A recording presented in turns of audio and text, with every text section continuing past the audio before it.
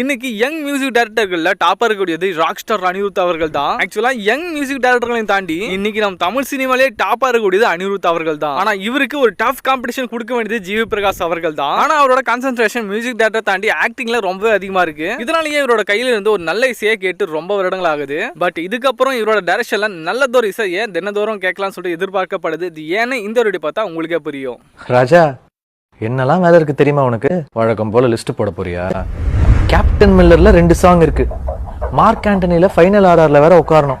Emergency ஞாபகம் இருக்கா? தங்கம் தங்கலான் வேற இருக்கு. ஏன்டா படுத்துற?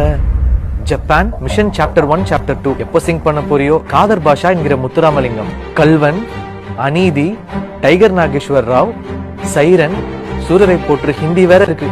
SK21, VNR trio, rebel, Karumegangal Kalaigindrana. பாட்டாவே படிச்சிட்டியா?